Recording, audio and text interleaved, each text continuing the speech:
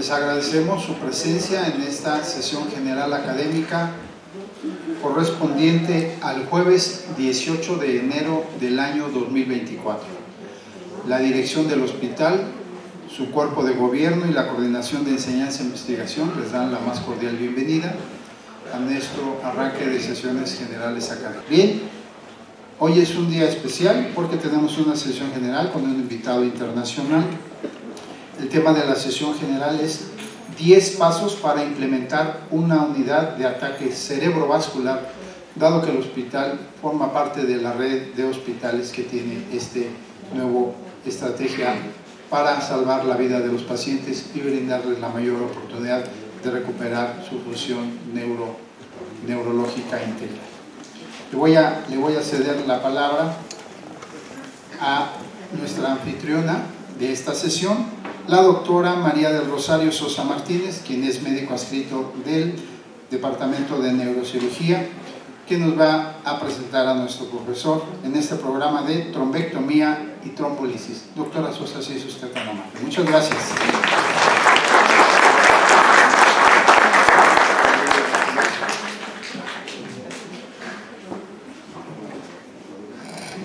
Buenos días. Soy, como ya me presentó el doctor Nava, pertenezco al servicio de neurocirugía, soy neurocirujana y terapista endovascular neurológica. Aquí en el hospital nosotros manejamos la unidad de hemodinamia para todo el tratamiento de la enfermedad cerebrovascular. El día de hoy tenemos un invitado especial, el doctor Boris Pavón Guerrero. Él es neurocirujano, neuroradiólogo intervencionista. Él radica en la ciudad de Medellín, Colombia. También es líder del manejo de ataque cerebrovascular en el país de Colombia. Y él ha participado en múltiples foros a nivel internacional como profesor invitado. También tiene múltiples estudios, artículos publicados en revistas internacionales. Y el día de hoy está con nosotros con esta inquietud que tenemos en relación al infarto cerebral agudo, ya que es una enfermedad que por la Organización Mundial de la Salud ocupa el primer lugar de discapacidad y la segunda causa de muerte. Y ante esto es para poder el hospital entienda o el personal del hospital sepa que es posible que podamos salvar a este paciente siempre y cuando lleguen en el tiempo de ventana, el cual afortunadamente ya para la trombectomía mecánica se ha extendido las horas, que es a diferencia de la trombolisis intravenosa. Y pues también solicitar el apoyo de todos los servicios que necesitamos para esta unidad, tanto el servicio de urgencias como el servicio de radiología, así como el servicio de medicina interna, neurología clínica, cardiología y terapia intensiva. Bienvenido, doctor Boris.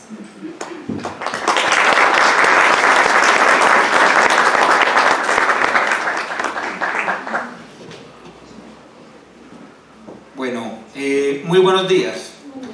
Realmente este tipo de invitaciones, este tipo de reuniones en donde no hay tanto colega, en donde no hay tanto neurointervencionista, son de mis favoritas. ¿Por qué? Porque vamos a tratar de hablar en un lenguaje mucho más cómodo, en un lenguaje mucho más accesible para que la gente tome conciencia acerca de esta enfermedad. Rosario, te agradezco mucho por la invitación, le agradezco mucho a las directivas del ISSSTE, de este hospital, especialmente el Adolfo López Mateos, por abrir este espacio y por promover esta concientización acerca de esta enfermedad. Aquí mis conflictos de intereses, y estando preparando mi viaje para acá, yo tengo una hija pequeña. Mi hija pequeña me preguntó que a qué le tenía miedo yo. Estábamos hablando de los temores y de los miedos. Me puso a reflexionar mucho y entonces yo le respondí, yo le tengo miedo a 3 cosas. La primera cosa a la que le tengo miedo, por supuesto, es a la muerte. Y la tercera cosa, a pesar de viajar mucho en avión, le sigo teniendo mucho miedo a viajar en avión. Entonces mi hija me menciona y me dice, bueno papá, ya me dijiste la primera y la tercera cosa, ¿cuál es la segunda? Entonces yo le dije, bueno, la segunda, no te imagines que es a pelear con la mamá, ni pelear con la mujer.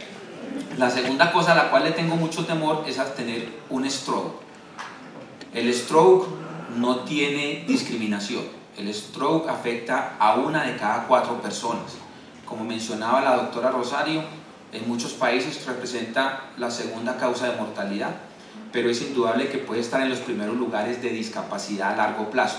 El año pasado, yo no sé si ustedes recuerdan, en el mes de noviembre se estaba organizando aquí un foro económico en la Ciudad de México y este cofundador de Apple tuvo un stroke en la Ciudad de México.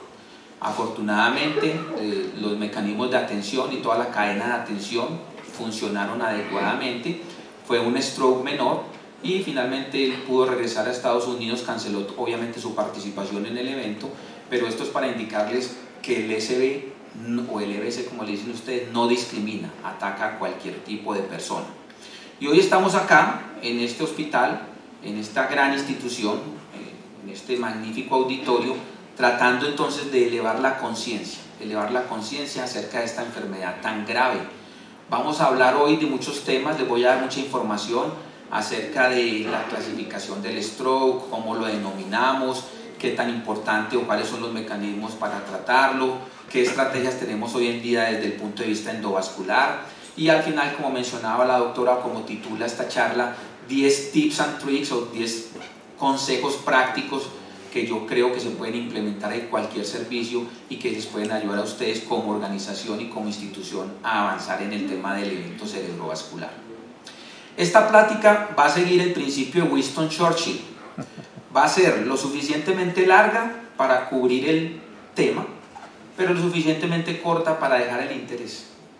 Entonces, como decía Winston Churchill, así deben ser las charlas como las faldas de las mujeres. Desde el año 2015, nosotros los que hacemos neurointervencionismo, especialmente en esta área del evento cerebrovascular isquémico, hemos tenido una revolución y esta revolución se ha notado en todas las esferas de la práctica clínica, de la práctica médica.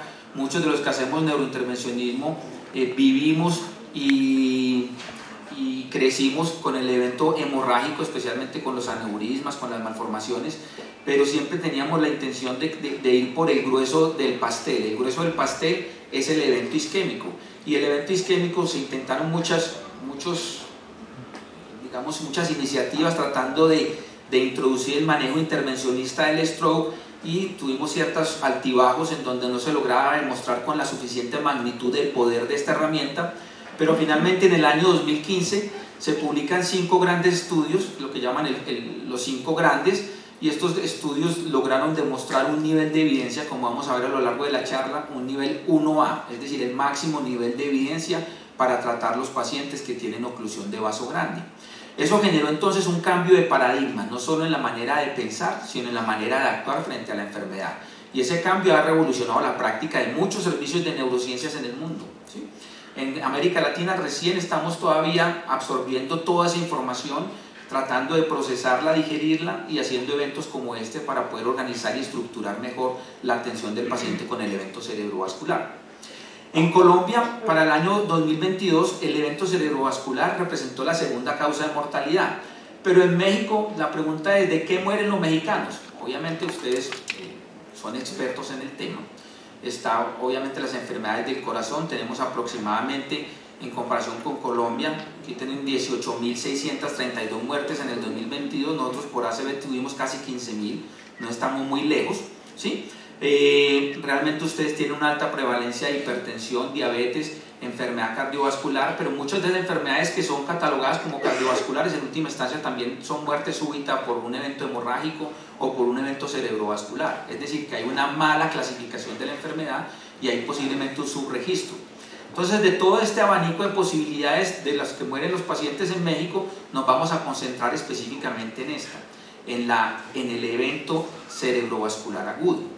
Cuando hablamos de stroke, existen diferentes maneras de denominar el evento cerebrovascular. Este fue un paper recién publicado en el 2013, en donde se hablaba de 16 diferentes maneras de expresar el término stroke. Ustedes fueron un poco más allá. Entonces, ¿cómo se dice en mexicano o en español mexicano que un paciente tiene un stroke? Ya unos colegas de ustedes mexicanos publicaron en la revista médica de neurociencias, revista mexicana de neurociencias, una terminología y un consenso a través de una metodología que se llama metodología Delphi, que se hace a través de ciertas encuestas que se van filtrando ciertos criterios, se van llamando a unos expertos, se hacen una serie de rondas con unos cuestionarios y en última instancia se valida un agreement, como un acuerdo alrededor de unos términos. Y se logró, después de evaluar 33 términos distintos, un consenso de más de 70% para definir el stroke, que es una palabra en inglés, como enfermedad vascular cerebral. Para el evento isquémico como tal, infarto cerebral, y para el evento hemorrágico, hemorragia cerebral, ¿sí? Entonces, básicamente nos vamos a quedar con esa nomenclatura, con esa definición. EBC, enfermedad vascular cerebral. Y la enfermedad vascular cerebral, desde el punto de vista práctico, se presenta cuando hay unas tuberías que llevan el oxígeno al cerebro. Cuando ese oxígeno se bloquea o esa tubería tiene un bloqueo, pues obviamente vamos a tener un daño neuronal. Normalmente ese bloqueo, esa obstrucción o esa alteración del flujo sanguíneo cerebral se puede dar o por un evento oclusivo trombótico, que es la gran mayoría de los eventos, 85%, o por un evento hemorrágico en donde como consecuencia de esa hemorragia también hay una pérdida de la regulación cerebral y por lo tanto también hay una manifestación neurológica. Desde el punto de vista isquémico, existe el fenómeno de placa similar a lo que ocurre en la enfermedad coronaria, pero muchas veces ahí está el fenómeno cardioembólico o embólico distal, en donde hay una partícula que migra a través del torrente circulatorio y se deposita en algún lugar a nivel intracraneal. Y desde el punto de vista hemorrágico, pues obviamente hay unas lesiones que afectan unas áreas más frecuentemente que otras, y dependiendo de la localización vamos a tener unas manifestaciones y unas expresiones clínicas. Las más comunes, las más características son una desviación de la comisura labial, una parálisis de la extremidad y un trastorno del lenguaje. Ustedes también aquí en México han hecho bastante trabajo. El profesor Cantú publicó en Lancet del año 2022 toda una revisión de los últimos 29 años. Y esa revisión él prácticamente la dividió entre el año 1990 al año 2005, un primer periodo, ¿sí? Y después hace una segunda evaluación de a ver si las cosas han cambiado desde el año 2005 al año 2019. Es decir, 29 años de seguimiento de los pacientes tratando de evaluar el global burden, es decir, la carga de stroke en la población mexicana. Llama la atención la variabilidad en los reportes con respecto a la incidencia. La incidencia en países latinoamericanos fluctúa entre 90 a 100 casos por 100.000 habitantes, pero en el estudio del profesor Cantú se encuentra una incidencia reportada tan alta como de 232 casos por 100.000 habitantes. Eso es más del doble de los casos que tenemos, por ejemplo, en Colombia, más del doble de los casos que se reportan en Brasil, más del doble de los casos que se reportan en Argentina. Entonces, de una u otra forma, esta enfermedad, como mencionaba la doctora Rosario, afecta a una gran cantidad de personas, a una gran cantidad de población, y debe ser considerado un problema mayor, un problema de salud pública. Para que un problema sea considerado un problema de salud pública no es simplemente porque afecte a mucha gente, debe cumplir unos requisitos. La Organización Mundial de la Salud define 3 requisitos para que un problema sea considerado un problema de salud pública. Primero, cuando constituye una causa común de morbilidad o mortalidad. Ya vimos que en México, en Latinoamérica y en el mundo, el evento cerebrovascular está en los primeros 5 lugares como causa de mortalidad. Cuando existen métodos eficaces de prevención y control, el evento cerebrovascular es prevenible. Entonces sí existen métodos prevenibles, así como hay prevención de todos los eventos cardiocerebrovasculares. Y lo más importante, cuando dichos métodos no están siendo utilizados de la forma adecuada. Entonces, esta enfermedad que se llama evento vascular cerebral cumple todos los criterios de la Organización Mundial de la Salud para ser considerado un problema de salud pública. ¿Qué sucede con esto? Realmente a los sistemas de salud en los gobiernos les conviene o que el paciente que tiene una condición clínica o una enfermedad crónica no transmisible o el paciente se recupere o ande bien, o que el paciente fallezca. Desafortunadamente, digamos, está como el yin y el yang. Pero el problema con las enfermedades neurológicas es el grado de discapacidad. Es que el paciente desafortunadamente no fallece y el paciente entra en una cadena en una carga para todo el sistema de salud, una carga en donde el paciente tiene que ser subsidiado, en donde el paciente que antes era económicamente productivo deja de ser productivo y en donde también se asocia la enfermedad del acompañante o la enfermedad del cuidador, porque tiene que haber un familiar que se haga responsable de ese paciente que quedó con unas secuelas neurológicas. Entonces el evento vascular cerebral cumple la ley de los tercios. La ley de los tercios es que digamos, una tercera parte de los pacientes fallecen. Aquí pues el estudio del profesor Cantú digamos, varía un poco con esa ley de los tercios porque muestra una mortalidad hasta del 50% del evento cerebrovascular en México. Una tercera parte se recupera, digámoslo, puede volver a reincorporarse a sus actividades, y una tercera parte desafortunadamente queda con unas secuelas neurológicas severas. Entonces, cuando vemos esta carga de enfermedad, nos preguntamos para esta fecha, para este año, para el 2024, ¿qué estamos haciendo? ¿Sí? ¿Qué estamos haciendo? ¿Qué se hace en organizaciones como estas? En organizaciones como estas existió o existe algunas publicaciones. La doctora Dulce Bonifacio, que perteneció, pero no sé si pertenece todavía al ISSSTE, publicó en el año 2023 un modelo que se llama el modelo Resiste o el programa Resiste Cerebro. Ella trató de establecer como unas rutas, unas rutas teniendo en cuenta un modelo que llamamos nosotros Spoke and Hub, que eso en inglés básicamente traduce como cómo se maneja el EBC en centros que llamamos esenciales, que son como los primarios, los básicos, y en centros que llamamos avanzados. Entonces, a través de la red del ISSSTE se logró establecer, o al menos ella describe eso en su paper, se logró establecer una cadena de atención en 283 pacientes, tratando de definir o tratando de mostrar cómo se podía avanzar y cómo se podía estructurar la atención de los pacientes que pertenecen a esta institución que se llama el ISSSTE. Entonces, cuando salió este paper y cuando yo lo veía a la distancia, uno creía, o uno hablando con colegas mexicanos, pensaba que el evento cerebrovascular ya se estaba manejando de una manera adecuada, pero desafortunadamente la realidad es otra. ¿Sí? La realidad es otra, porque cuando uno habla y define con los colegas el número de procedimientos, los materiales que se están empleando, cómo se está manejando el evento cerebrovascular, se da uno cuenta de que realmente no funciona de la manera como debe ser. ¿Sí? Y entonces, nuevamente el profesor Cantú nos trae un estudio publicado en el 2022, un estudio en donde ya se centra específicamente en el manejo agudo, en esa fase aguda. Entonces uno diría, bueno, en la fase aguda pues las cosas tienen que andar bien, si ya se viene avanzando en el evento cerebrovascular, pues se tiene que estar avanzando bien. Entonces en el paper describe 18 meses de seguimiento en 6 centros de primerísimo nivel. Pues, yo no conozco muy bien los hospitales de acá, pero son hospitales de muy buen volumen de camas. En esos 16 meses se confirmaron por diagnóstico imagenológico 1.361 casos. ¿Sí? Un número nada despreciable de casos, 1.361 casos de stroke. De esos 1.361, solamente el 3.6% alcanzó la trombolisis por vía venosa, sabiendo que casi el 40% de todos esos pacientes, el 40%, llegaron antes de las 4.5 horas. Eso es una barbaridad, eso es una cosa muy mala, ¿sí? Porque si el 40% de esos pacientes llegan antes de las 4.5 horas, pues esos pacientes deberían haber recibido trombolisis por vía intravenosa. Pero lo más grave de todo es que en ningún caso, en esos 1.361, ninguno de esos casos llegó a la trombectomía mecánica. Eso es gravísimo, ¿sí? Entonces lo que ellos concluyen es, ningún paciente sufrió trombectomía mecánica porque la opción no estaba disponible en los centros participantes.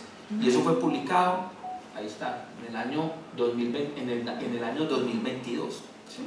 Entonces, de 1.361 casos potenciales de stroke, imagínense ustedes que por lo menos entre un 25 a 30% tienen una cosa que llama oclusión de vaso grande. Y entonces esos serían los candidatos potenciales a una trombectomía mecánica. Estamos hablando de casi 300, 400 pacientes que deberían haberse llevado a trombectomía mecánica. Pero más grave aún es que solamente 40 pacientes, 3.6% de los pacientes llegaron a trombolisis venosa. Es decir, que prácticamente no le están haciendo nada a esos pacientes. ¿Sí? Eso es gravísimo. Compartimos entonces con muchos lugares de Latinoamérica las mismas limitaciones. No existe un adecuado establecimiento de lo que se llama el código stroke, no existen unos protocolos completamente estandarizados, no existe disponibilidad de todo el personal 24/7 para atender esta condición, y en muchos lugares, como en México, aún no existe como el tema económico, no está garantizado el pago ni para los especialistas ni el pago por los insumos o materiales que se requieren para tratar esta condición. Antes de entrar en el tema, quisiera empezar con una pequeña historia. Quiero contarles una historia de esta paciente, una paciente que tuvimos en Medellín, Colombia, y cómo hemos avanzado en nuestra toma de decisiones. Es una paciente que estaba llegando a sus 96 años. Esa paciente tiene una cosa que se llama un wake up stroke, que es un stroke del despertar, ¿sí? Es decir, que la paciente se acuesta bien, no se sabe en qué momento empiezan los síntomas, y ya el otro día en la mañana amanece con un evento cerebrovascular. Eso es una historia bastante típica. La escala neurológica que usamos nosotros, que se llama el NIH, que es una escala neurológica que puntúa un examen clínico, nos daba 14 puntos, lo que hablaba de un evento moderado. Esta paciente, con toda esta historia, por encima de los 90 años, con un evento cerebrovascular, con una hora de instauración que no es clara, de una u otra forma, las guías de manejo hablan de que este paciente necesita imágenes avanzadas para la toma de decisiones. Es decir, que ese paciente tiene que ser llevado a unos protocolos especiales, sea por tomografía de perfusión o sea por resonancia magnética. Pero en ese momento, en este hospital donde llegó esta paciente, no teníamos esas imágenes avanzadas. Entonces comenzamos por lo básico, preguntando cómo eran las condiciones de vida de la paciente. Resulta que la nieta de esa paciente es enfermera, y nos mostró este video que se había tomado un día antes de que le dieran los síntomas a la paciente. Estábamos en la época de Navidad y la señora se veía bastante funcional para sus 96 años. Con este video que nos muestra la enfermera dijimos, no, pues indudablemente una paciente que se ve muy funcional, coherente, tiene una independencia funcional, vamos a entrarla a la sala de angio. Entonces llegamos a la sala de angio y encontramos una obstrucción aquí en la arteria cerebral media izquierda. Aquí hacemos un procedimiento de revascularización, es decir, abrimos nuevamente esa arteria, y 48 horas después, aquí está mi compañero dándole salida de la institución. Les traigo esta historia porque nadie conoce el futuro de lo que puede pasar con pacientes como este. Recuerden que estábamos en la época de Navidad y la señora en sus compras navideñas asistió a un centro comercial, y después de que le dio el stroke, la señora se ganó un carro en una rifa en el centro comercial, ¿sí? Y se logró recuperar, y en este momento nos manda cada mes un mensaje de que está muy bien. La nieta que es enfermera nos vive agradeciendo. Entonces lo que les quiero incentivar es a cambiar ese escepticismo de que no hay nada por hacer por los pacientes con SB, como lo muestra el paper del doctor Cantú en la fase aguda, en donde ningún paciente fue llevado a trombectomía mecánica, y cambiemos eso por una mentalidad de que sí podemos hacer algo por estos pacientes. Sí se puede hacer, tenemos las herramientas, tenemos la tecnología y tenemos el personal idóneo para hacerlo. Entonces, como les mencionaba, en el año 2015, luego de esos 5 grandes estudios, el nivel de evidencia para la trombectomía mecánica fue 1A. Cuando hablamos de qué tan poderoso es un tratamiento en salud o en medicina, nos referimos a un indicador estadístico que se llama el número necesario a tratar. El número necesario a tratar, como su nombre lo dice, es cuántos pacientes debo yo tratar con una terapéutica para obtener un desenlace favorable. Cuando tenemos en cuenta el manejo que hasta el año 2015 se hacía, que era el manejo tradicional con un agente inyectado por vía venosa que se llama Actilice, ¿sí? Que tenemos hasta 4.5 horas, el número necesario a tratar para los pacientes que son llevados a tratamiento con Actilice es de 14. Es decir, yo necesito tratar a 14 pacientes para tener un desenlace positivo. Cuando hablamos desde el punto de vista de intervencionismo, la intervención por excelencia es el infarto agudo con elevación del ST. Ustedes ven que eso es lo que mueve todas las unidades de hemodinamia y lo que mueve pues el angiógrafo. Cuando hablamos del número necesario a tratar del infarto agudo del miocardio con elevación de ST, estamos hablando de un NNT de 16. ¿Sí? Lo que pasa es que es tan frecuente esa enfermedad que por eso se sigue y se sigue haciendo, pero son 16 casos para yo tener un desenlace positivo. Imagínense ustedes que la trombectomía mecánica es tan poderosa, es tan fuerte, que el número necesario a tratar es de 3. Es decir, que entre más pequeño sea el número necesario a tratar, eso habla de que es mucho más fuerte y mucho más poderosa la estrategia. Entonces, Imagínense que un shock séptico, los antibióticos tienen un NNT de 7. ¿Sí? Entonces, y usted no le niega un antibiótico a nadie que está en un shock séptico. Entonces, ¿por qué si le negamos una trombectomía mecánica que es mucho más poderosa, que es mucho más beneficiosa para un paciente en un centro como esto, es un centro de tercer nivel? Y fuera de eso, después del 2015, en el 2018, se reactualizan las guías, ¿sí? Y las guías ya se reactualizan para extender la ventana terapéutica, como mencionaba la doctora Rosario. Ya hoy tenemos hasta 24 horas para tratar estos pacientes. Es decir, que cuando el paciente llega a 8, 10, 12 horas, que antes decíamos, no, ya no hay nada para hacer, resulta que es todo lo contrario, sí hay para hacer, sí se pueden hacer cosas y es necesario y es un nivel de evidencia 1A, o sea, el máximo nivel de evidencia, ofrecerle eso a los pacientes. Entremos en detalle en México. Entonces, estos son unos datos que he logrado recolectar durante muchas visitas que he hecho acá. Tenemos 129 millones de habitantes. En México se realizan por vía endovascular tratamiento de aneurismas entre 1.400 a 1.500 aneurismas por año. Imagínense ustedes que el número de trombectomías mecánicas en México es muy bajo. En todo México, menos de 300 trombectomías al año. Eso es algo increíble, es algo increíble. Cuando nos enfocamos solamente en la Ciudad de México, podemos ver que para una ciudad como esta, que tiene casi 22 millones de habitantes, si tenemos en cuenta, no tomemos el número tan alto que publicó el doctor Cantú de 232 casos por 100.000, que me parece algo exagerado, pues ninguna incidencia ha sido tan alta publicada en la literatura, ¿sí? Pero fluctúa, hay reportes de 117, 115 casos por 100.000 habitantes, tomemos 100 casos por 100.000 habitantes. Entonces, 100 casos por 100.000 habitantes en la Ciudad de México nos daría un total de 22.000 strokes por año en la Ciudad de México. Y esos 22.000 strokes, si tenemos en cuenta que entre el 80 y 85% son eventos isquémicos, no hemorrágicos, estaríamos hablando de 17.000 casos por año isquémico. Y de esos 17.000 casos, entre un 20 a 30% son LVOs, es decir, oclusión de vaso grande. Es decir, candidatos potenciales a que le hagamos algo por método endovascular. Deberíamos tener en la Ciudad de México 4.500 LVO por año. Estoy hablando de Ciudad de México, ni siquiera de todo el país. Es decir, 86 oclusiones de vaso grande por semana. Imagínense ustedes en Ciudad de México. Están haciendo 250 trombectomías en todo México por año. En todo México por año. Entonces, esto va de la mano de un paper publicado por un gran amigo mío, que es este doctor que se llama Dilip Jagabal, de la Universidad de Miami, que yo considero es uno de los papers del año.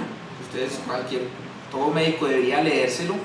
Y es un paper publicado en Circulation del 2023, que habla de el acceso a la trombectomía mecánica. Ellos lo llaman el GLAS, ¿sí?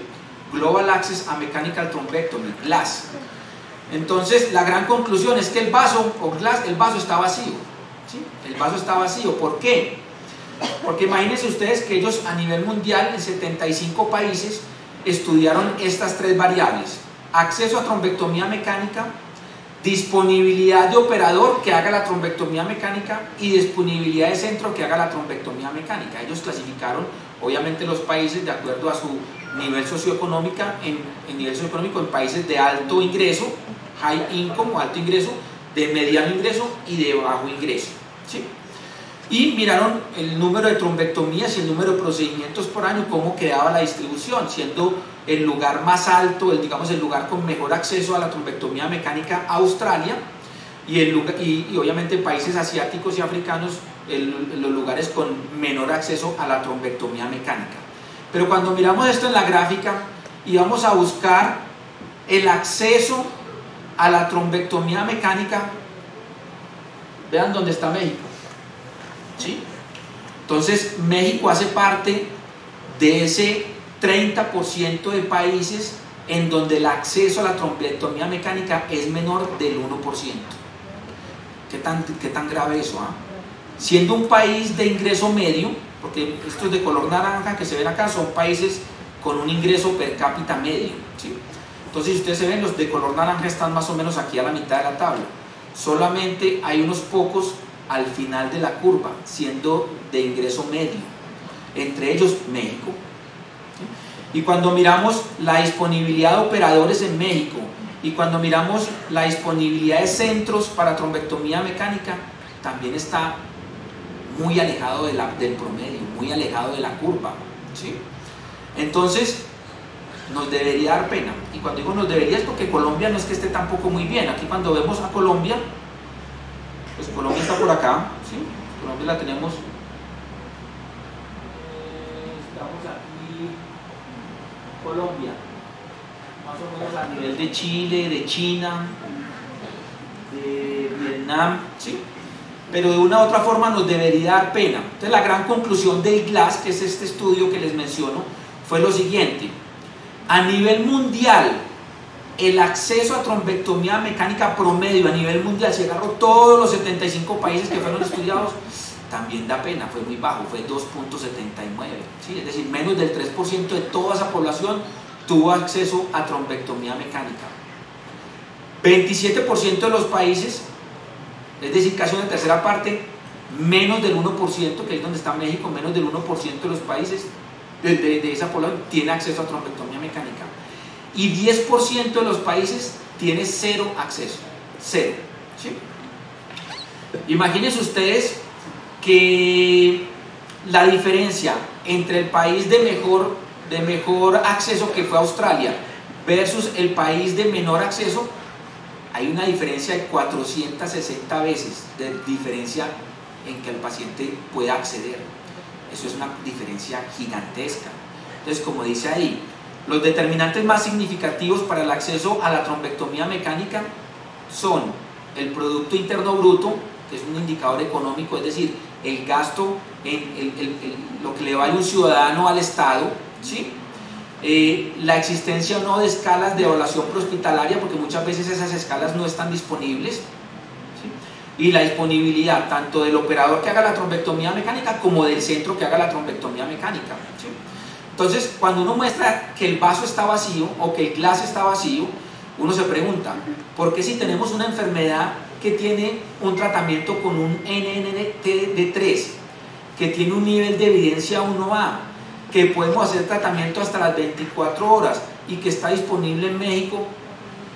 Si tenemos todos esos factores, entonces, ¿qué está pasando? ¿Sí? ¿Qué está pasando? ¿O qué estamos haciendo? ¿O qué podemos hacer en México? Hay que hacer una sola cosa, y es destapar la tubería. Eso es lo que hay que hacer. Y entre más rápido, mejor, porque la rapidez con la que se revascularice el tejido va a estar directamente relacionado con el pronóstico y el desenlace neurológico, ¿sí? No es lo mismo, esto es un estudio muy famoso que siempre nosotros los médicos lo decimos, que por cada minuto usted ocluye un vaso sanguíneo en el cerebro, por cada minuto que esté pasando se están perdiendo 1.9 millones de neuronas. Eso ya ha sido cuantificado y validado en UCLA por un profesor que se llama Jeffrey Saber. Entonces, como les digo, no es lo mismo uno abrir y hacer el tratamiento, por decir algo, a los 90 minutos, que hacerlo a las 5 horas, 5 horas después. La probabilidad de tener un buen desenlace neurológico va disminuyendo de a 12% por cada 30 minutos de retraso que tenga yo en abrir el vaso. Por eso es clave el lema de tiempo de cerebro, eso es verdad. Entre más rápido se haga la revascularización, pues mucho mejor. Tenemos una serie de herramientas para hacer esto. Esas herramientas caen en estos 3 grandes grupos que ustedes ven ahí. Esto es para tratar de explicar en qué consisten los tratamientos. Tenemos entonces que el tratamiento de la trombectomía mecánica puede ser a través de un utensilio o una herramienta que me sirve para agarrar el trombo y sacarlo, que se llama un stent retriever o un extractor. Entonces eso hace parte de los operadores que les gusta hacer esa técnica, que se llaman los retriever lovers, es decir, a los que les gusta usar la técnica de extracción, ¿sí? Que es entrar con ese aparatito, agarrar el trombo y extraerlo. Existimos otros, en los cuales me clasifico yo, que me considero un aspiration lover, y es básicamente llegar con un catéter especial que navega los vasos del cerebro, se llega a donde está la obstrucción y a través de ese... Alarma, pero... Tranquilos.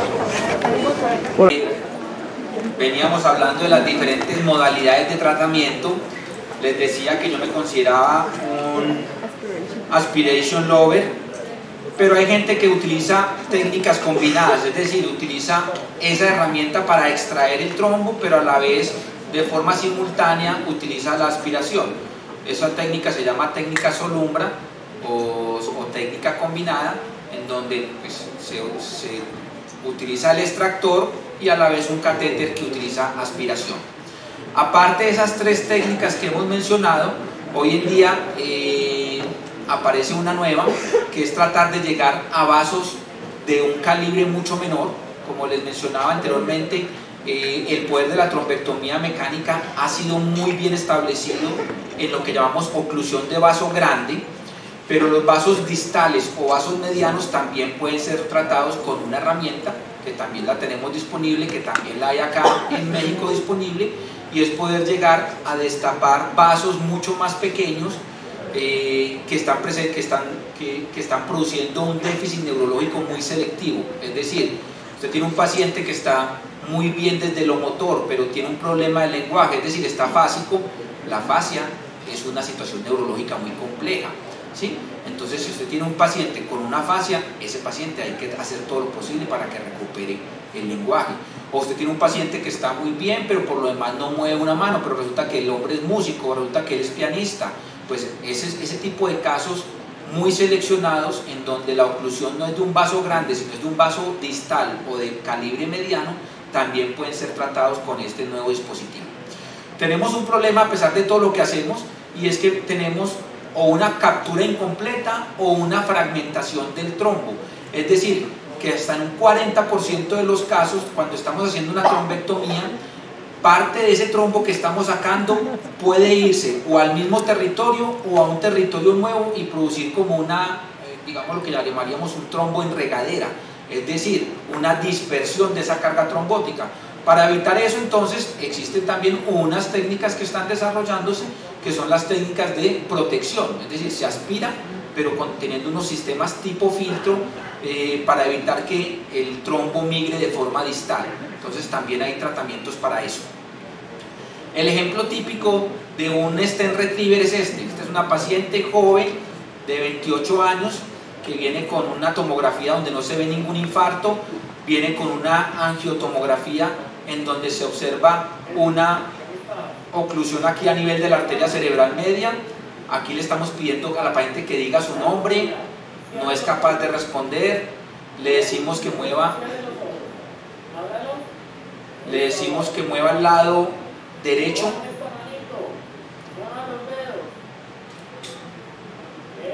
no es capaz de moverlo, la llevamos a la sala de angio, le encontramos una obstrucción de toda esa arteria cerebral media izquierda, ahí en todo este territorio falta la circulación.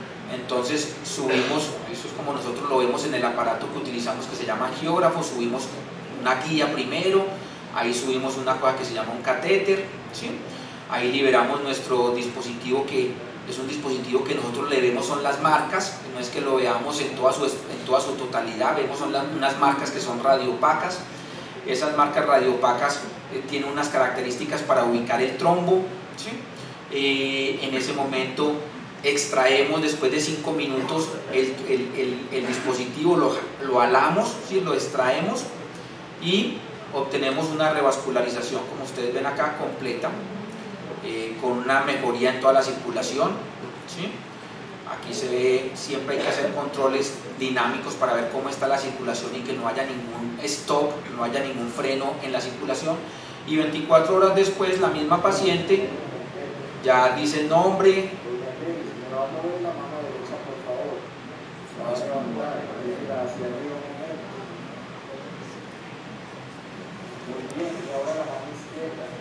Bueno, aquí la paciente pues evoluciona bien. Como les decía, están los extractores, están los aspiradores. Los aspiradores, de una u otra forma, digamos, están ganando mucho terreno.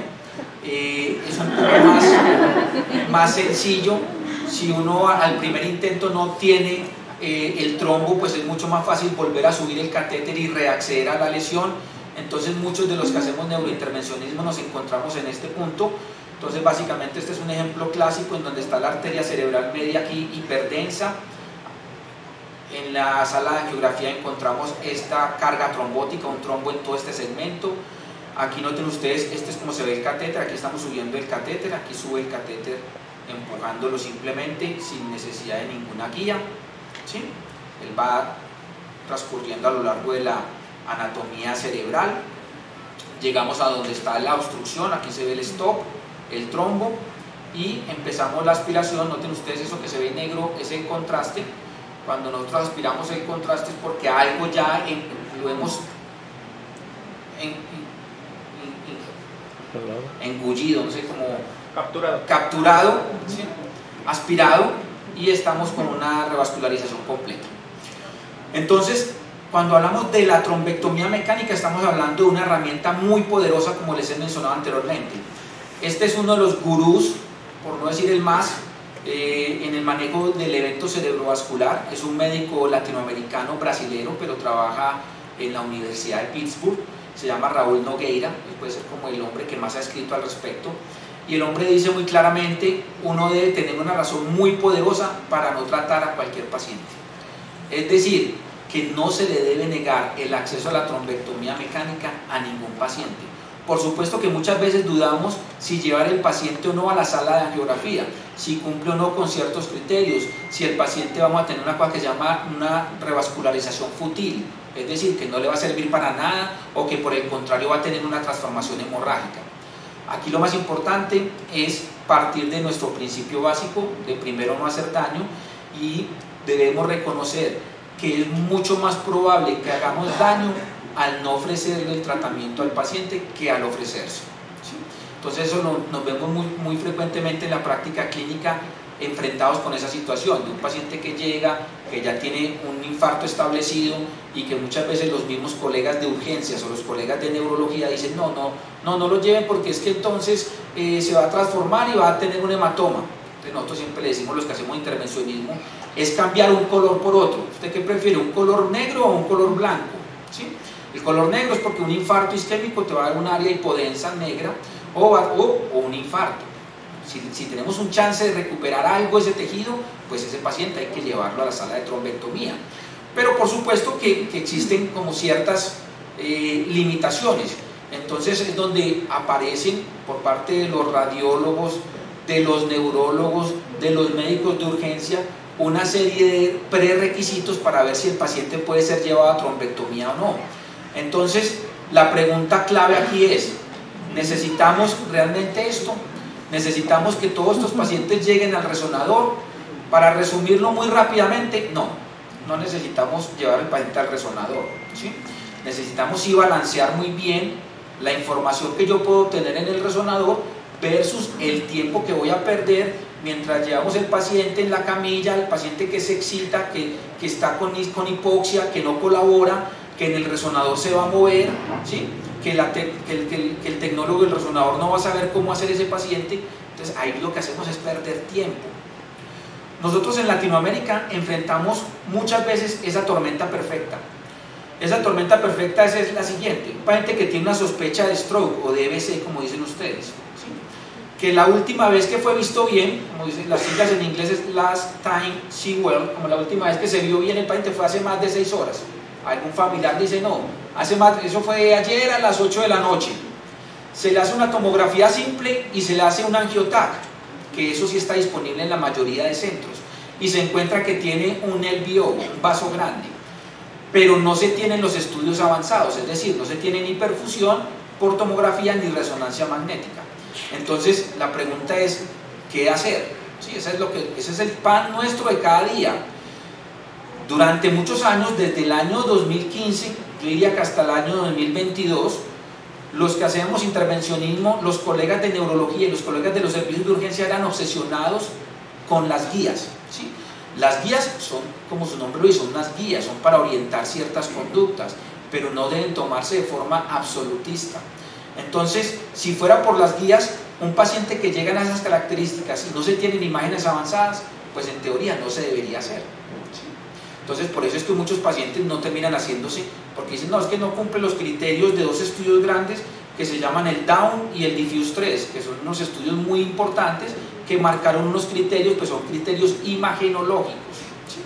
Aquí entonces el llamado es a volver a lo básico, a volver a un buen examen neurológico, reconocer muy bien los síndromes neurovasculares, ¿sí? Saber muy bien qué arteria es responsable de qué signo y síntoma neurológico, utilizar una cosa que se llama el NIH. Cuando ustedes les dicen el NIH, mucha gente se imagina una cosa pues completamente abstracta, difícil de hacer, pero todo esto, porque es una escala que evalúa 57 puntos, pero todo esto está en su aplicación, una aplicación de teléfono. Usted puede ir haciendo exactamente eso y al final la aplicación le demuestra a usted qué NIH tiene. ¿Esto para qué? Para decirles que cuando estamos enfrentando a un paciente posiblemente candidato a una trombectomía mecánica, tenemos tres grandes elementos ganadores. Lo primero es la tomografía simple, o sea, un TAC de simple de cráneo con una evaluación de que no tenga un infarto mayor, o sea, un TAC simple es un gran ganador. Un examen neurológico, es decir, un examen clínico con un NIH. Y, muy importante, sí, tener un angio-TAC. Entonces, cuando yo combino estas tres cosas, un examen neurológico, una tomografía simple y un angio-TAC, con esas tres cosas, nosotros podemos tomar la decisión en el 95% de las veces, ¿sí? Es decir, que no necesitamos resonancia ni necesitamos tomografía de perfusión. Un examen neurológico, un TAC simple y un angio-TAC. Para no aburrirlos mucho, que yo sé que ya están muy aburridos, y tratando de mantener su atención nuevamente, ya para finalizar les voy a mencionar 10 tips que nosotros hemos utilizado y que espero que les sirvan tanto a la doctora Rosario como a todos ustedes que hacen parte de los miembros o del personal de salud que puede enfrentar una situación como esta. La primera y más sencilla de todas, frente a problemas complejos, el evento cerebrovascular es un problema muy complejo, se tiene que escoger la vía más sencilla, ¿sí? O sea, escoja la vía más fácil para todo, la vía más pragmática. Y eso, cuando hablo de la vía más fácil, estoy haciendo referencia a las guías, ¿sí? Usted no puede adaptar las guías que existen en países desarrollados como Australia, como Estados Unidos, y decir que es que usted se adapta a esas guías y que si no cumple esas guías usted no puede hacer el manejo del paciente con el evento cerebrovascular. Usted tiene que tener sus propias rutas de atención, es decir, establezca su cadena de atención a nivel local, a nivel regional, a nivel institucional. Trate de estandarizarlo y trate de tener en cuenta de que las situaciones locales son muy distintas de país a país, ¿sí? Hay países en donde tienen muy bien organizado la resonancia magnética y utilizan resonancia magnética para todo, pero nosotros no. En Latinoamérica la disponibilidad de una resonancia magnética es más compleja. Los tecnólogos no tienen experiencia en el evento cerebrovascular, entonces uno tiene que adaptar las cosas a la manera más fácil. Defina sus propios protocolos, esto es como los protocolos que hacemos nosotros, y no solamente es definirlos, es publicarlos, es socializarlos, es mostrárselo a los colegas, es hablar de cada una de estas cositas, ¿sí? Que si el paciente viene por esta ruta, entonces ¿qué se va a hacer? Que si el paciente llega con a urgencias con X o Y signo y síntoma, entonces ¿qué se va a hacer? Entonces trate siempre de promover algo que sea fácil, que sean protocolos sencillos de manejar, y más que hacerlos, socialícelos. Segundo consejo: escoja como director de una institución o como coordinador de un programa, escoja siempre a sus campeones, ¿sí? ¿Por qué? Porque frente al evento cerebrovascular hay médicos que son muy escépticos, o hay médicos que prácticamente no quieren jugar en el equipo, ¿sí? Son unas barreras.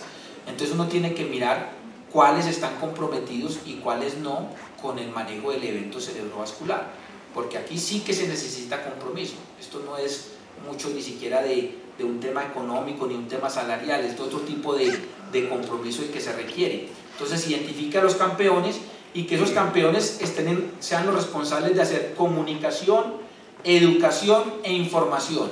Y cuando hablamos de esto es a múltiples niveles, ¿sí? Hay que hablar de esto o hablar de EBC en las sociedades científicas, hay que hablar de esto con gobierno, con los tomadores de decisiones, hay que hablar de EBC con los administradores, hay que hablar con los mismos pacientes, con las sociedades, asociaciones de pacientes, con la comunidad.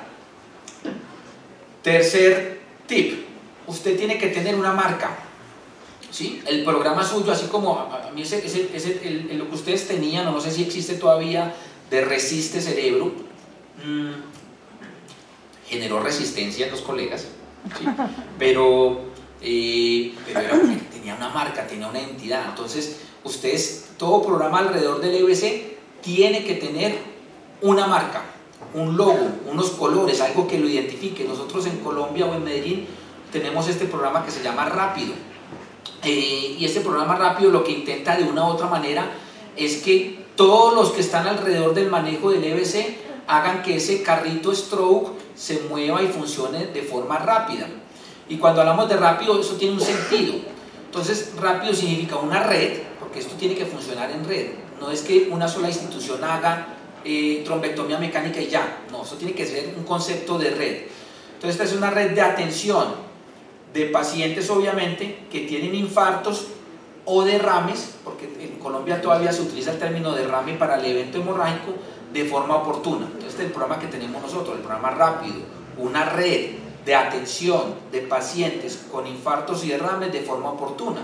Y el programa Rápido básicamente no es nada más que articular de forma colaborativa los servicios de prenotificación, los servicios de atención prehospitalaria, los servicios de urgencias, los servicios de imágenes, los servicios de neurología, de neurocirugía y de neurointervencionismo. Eso necesita pues un tema de comunicación importante, en donde de una u otra manera el paciente que está en área rural o en área dispersa pueda tener el mismo tipo de acceso que el paciente que está en la ciudad. Entonces este programa tiene esa filosofía, tratar de digamos, democratizar el acceso a la trombectomía mecánica. Cuarto consejo, ustedes tienen, ya hicieron el resiste, pero por ejemplo en este hospital específicamente, lo ideal es hacer un programa piloto, ¿sí?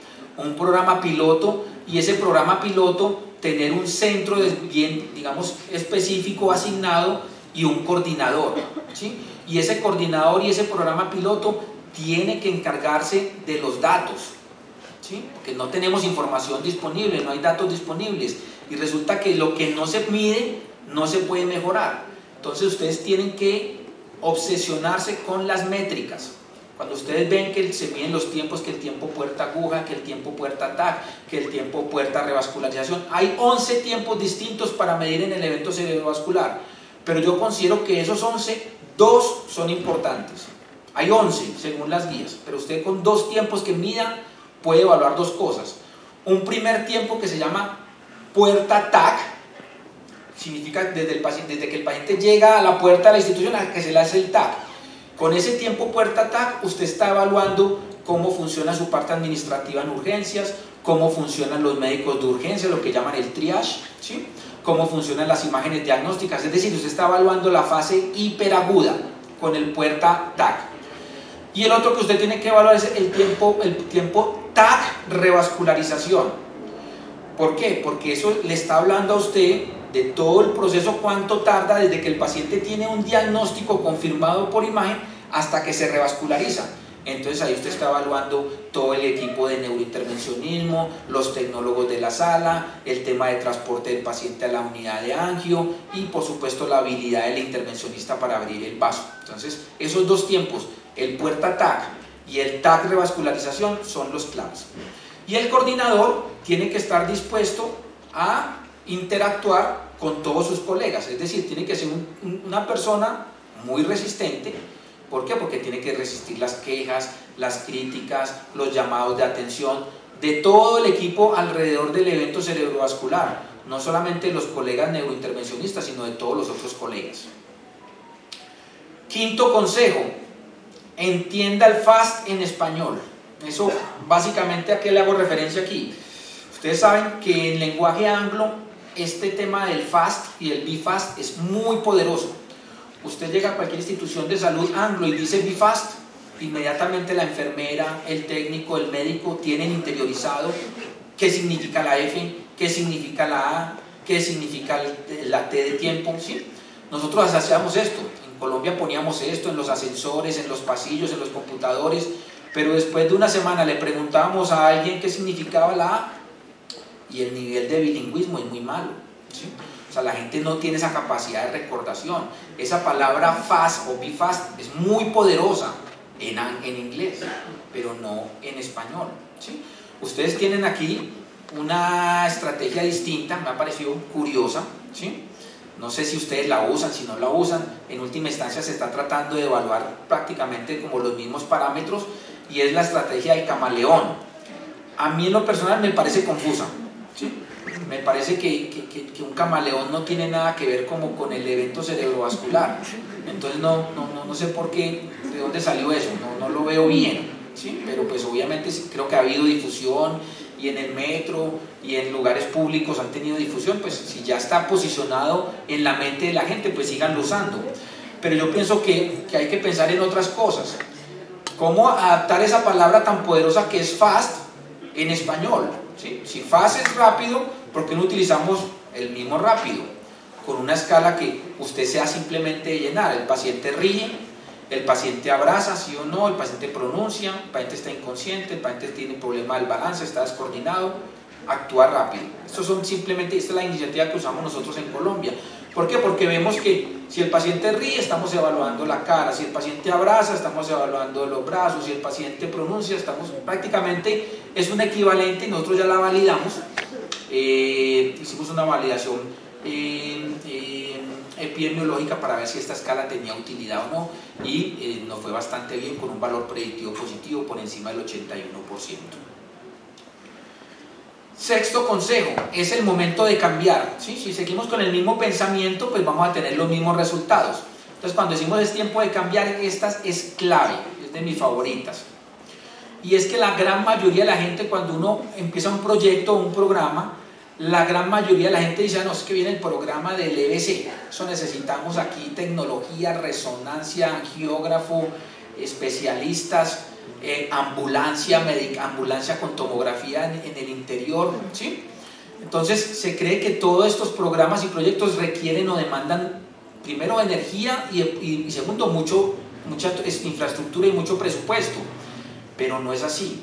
Esto lo que se necesita es un modelo mental distinto. Yo les he venido diciendo que frente al evento cerebrovascular, los médicos, los neurólogos, los urgentólogos, conocemos lo que hay que saber, tenemos el conocimiento, lo que hay es que manejarlo a través de unas capacidades que llamamos blandas, como ¿qué? Como el trabajo en equipo, como el liderazgo, como el compromiso, como la pasión. Llenar los datos de estos pacientes no es fácil, ¿sí? Llenar unas cosas que llama el rescue, que son unos formatos especialmente diseñados para esto, necesita tiempo. Necesita que haya colaboración, que la gente se tome el tiempo de poner el tiempo, la hora en la que el paciente llegó, la hora en la que se le administró la trombolisis. Entonces estoy convencido, como dice ahí, que el gran diferenciador competitivo de este siglo va a ser el fortalecimiento de esos equipos de trabajo, es decir, equipos de trabajo que tengan unas tareas claras y unas responsabilidades bien establecidas. Séptimo consejo, empezar a utilizar una palabra clave, y esa palabra clave se llama valor, ¿sí? Entonces cuando uno habla de valor en salud o específicamente valor en stroke, esa palabra está pobremente entendida, ¿sí? Porque hablar de valor en stroke, pues no sabemos muy bien a qué nos estamos refiriendo, si nos estamos refiriendo a lo que valen los estudios de imágenes, a lo que le pagan al intervencionista por hacer la trombectomía, a lo que valen los materiales. Realmente el valor es difícil, es bien complejo de definir, y de una u otra manera es esa palabra a la que todos le estamos apuntando, ¿sí? Los médicos de urgencia, los neurólogos, el neurocirujano, el neurointervencionista, todos quieren ofrecer valor. Entonces cuando hablamos de valor en salud tenemos que remontarnos al gran estudio de un pensador de Harvard que se llama Michael Porter. Michael Porter en el año 2012 define el cuidado de la salud basado en valor. Entonces básicamente lo que él define es una ecuación que parece muy sencilla, es cómo ofrecer valor en salud. El valor en salud está definido por una cosa que llaman los resultados o los desenlaces del paciente, que son importantes para el paciente, sobre el costo en el que se incurre para obtener esos resultados, ¿sí? ¿Es claro eso? Entonces es los desenlaces o los resultados sobre el costo. ¿Qué sucede? Que pensamos de una manera muy simplista. Si eso es una ecuación y yo quiero aumentar el valor, lo que uno muchas veces piensa es, antes si yo quiero aumentar el valor, entonces le bajo a los costos, porque si yo bajo el denominador, pues entonces el valor me va a subir, ¿sí? entonces yo restringo los costos. Lo que pasa es que ahí eso no funciona así, porque entonces empiezas a sacrificar la calidad en la atención y a sacrificar una cantidad de cosas.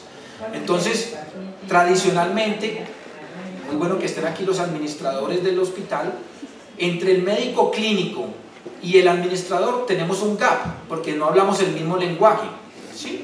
Entonces muchas veces resulta que para reducir los costos a largo plazo y para ofrecer valor, tenemos que invertir en ciertas cosas, ¿sí? Entonces cuando hablamos, es que tenemos que tener unos médicos disponibles 24/7, es que usted va a invertir un dinero o unos recursos para obtener valor en otras cosas. Entonces esa ecuación, que como dice ahí, parece simple en teoría, es muy difícil de alcanzar, ¿sí? Esos resultados versus el costo. ¿Y por qué es difícil de alcanzar? Porque cada uno de los actores de este sistema considera el valor de forma distinta, ¿sí? Me explico. Para un médico, ¿qué es valor? Es básicamente el beneficio clínico, ¿sí? Para el administrador del hospital se enfoca en un tema de pérdidas y ganancias. Es decir, ¿qué es valioso para el administrador del hospital? Algo que efectivamente tenga una evidencia científica que genere un reingreso a la institución y que en última instancia sea profitable, es decir, que tenga que genere ganancias, ¿sí? Para el pagador, es decir, para el asegurador, ¿qué es valor? Lo que sea costo efectivo, ¿sí?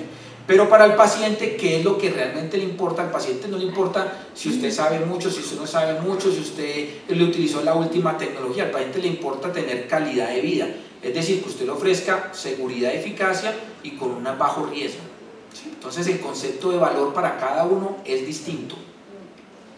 Y de ahí la importancia. El evento cerebrovascular es un tratamiento que por sí es costoso, porque involucra unos recursos humanos y unos recursos a nivel de materiales y insumos que pueden llegar a ser costosos en un momento determinado. Entonces es importante que a nivel local cada uno de ustedes, el coordinador o durante el programa piloto, se hagan estudios de costo-efectividad para mirar si esa medida que usted está implementando de la trombectomía mecánica es costo efectiva en su hospital, en su región, porque ya eso está demostrado que sí es costo efectiva a nivel mundial, pero yo no puedo asumir esos números que se han hecho en otros lugares como si fueran reales a nivel local.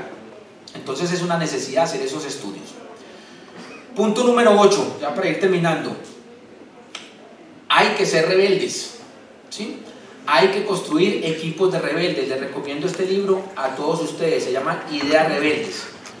Básicamente que el resumen de este libro es el siguiente: cuando estamos manejando una situación compleja como el evento cerebrovascular, que es una situación compleja, si tenemos una sola persona al frente, pues básicamente no va a cubrir nunca la complejidad del problema.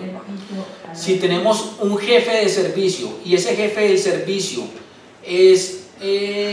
no es muy democrático y se tiene que hacer todo lo que diga el jefe del servicio, pues a pesar de que haya más personas, como todo el mundo va a querer quedar bien con el jefe, se presenta lo que llaman el síndrome del loro, ¿sí? O el parrot, y es que todo el mundo va a querer opinar como dice el jefe para agradarle al jefe. Entonces, frente a ese problema complejo, tampoco lo vamos a tener cubierto, ¿sí? Entonces la clave es rodearnos de muchas personas diferentes a nosotros, con ideas que sean completamente diferentes para poder tener una cobertura mayor del problema, ¿sí? Y cuando hablo de personas diferentes, no hablo de equipos como el mío, el equipo donde estamos los médicos, donde tenemos una coordinadora de investigación, donde tengo un neurólogo vascular, no.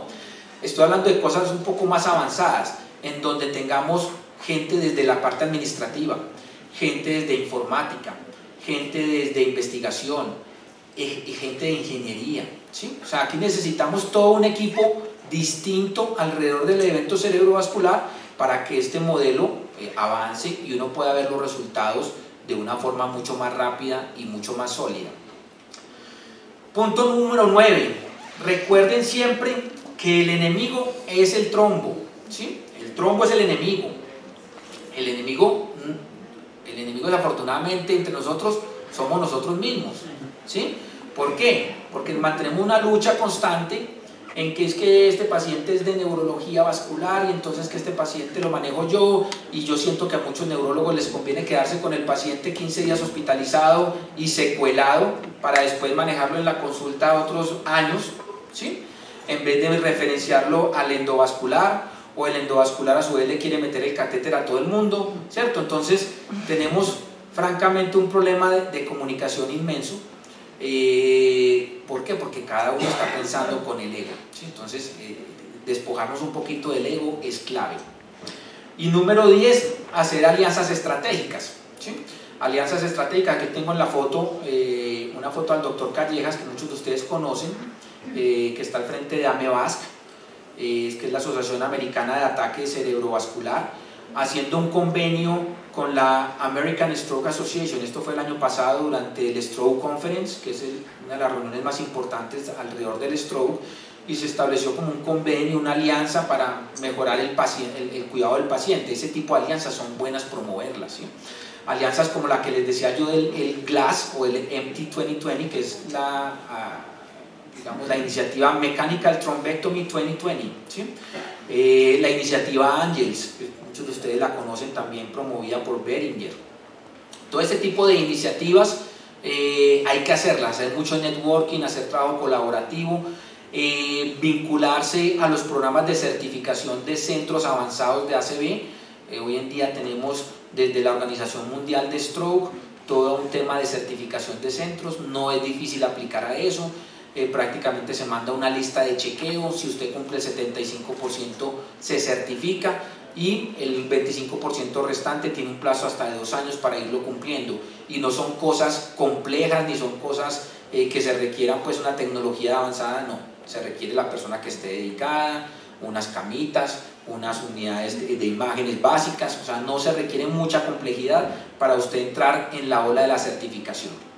Es importante que tanto en el tema de aneurismas como en el evento de stroke se tenga, digamos, una sombrilla que agrupe todo. Yo digo esto porque muchas veces el ISSSTE hace una campaña utilizando un lema o utilizando una figura, pero resulta que el IMSS hace otra y los otros hospitales ángeles hacen otra. Entonces hay que tratar como de, eso ya es un tema más de colegaje, de hablar siempre el mismo idioma y hacer muchas actividades en paralelo.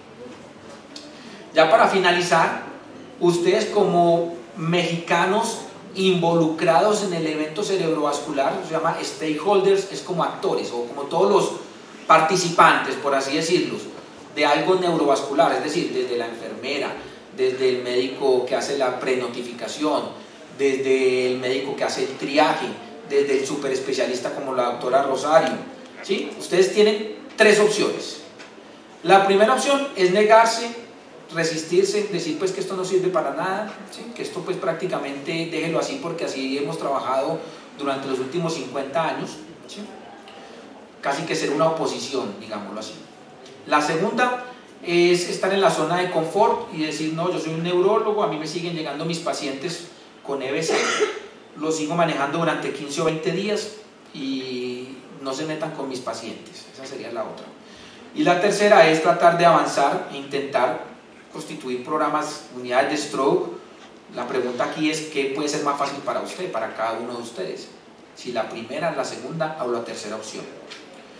Finalmente, entonces, esto parece algo muy sencillo, traer el trombo, la trombectomía mecánica, pero detrás de esto hay muchas más cosas, como han podido ver en estas casi 1 hora de charla. Muchas gracias por escuchar.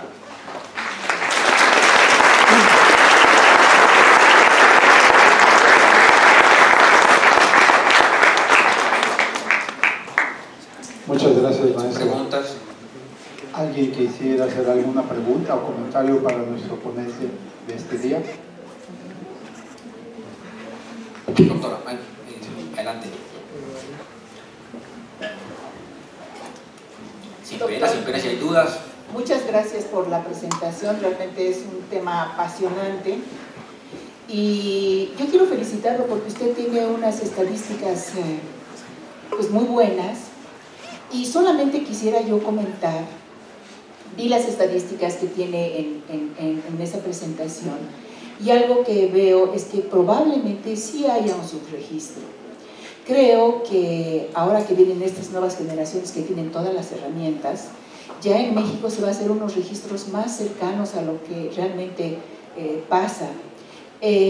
Yo tengo pues mis colegas neurocirujanos, los vasculares también, que tienen unos resultados excelentes.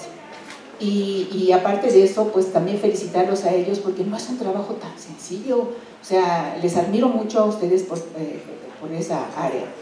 Yo conozco al doctor Baiter, que también es un doctor anestesiólogo colombiano, que usted lo debe de conocer, quien también ha hecho se ha enfocado a muchos estudios, pero en relación a las complicaciones que hay en cirugía plástica, que es mi área.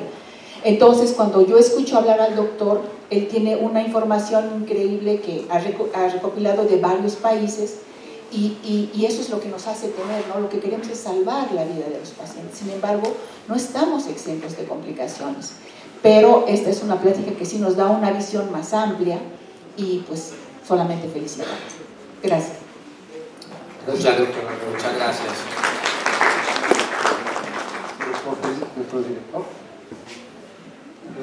Primero nos congratulamos que nos acompañe aquí en esta sesión general. Muchas felicitaciones. La doctora Sosa, pues también un reconocimiento, es nuestra representante aquí del programa Resiste Cerebro. Es un programa que está vigente en el ISSSTE en la mayor parte de las unidades que tienen la capacidad de resolución. Entonces, pues simplemente decir que hay todo el apoyo por parte de las autoridades para que este programa se consolide tanto aquí en el hospital y lo que vamos a aportar hacia afuera. Muchas gracias por su presencia. Esto es lo más importante, doctora. Muchas gracias, doctor.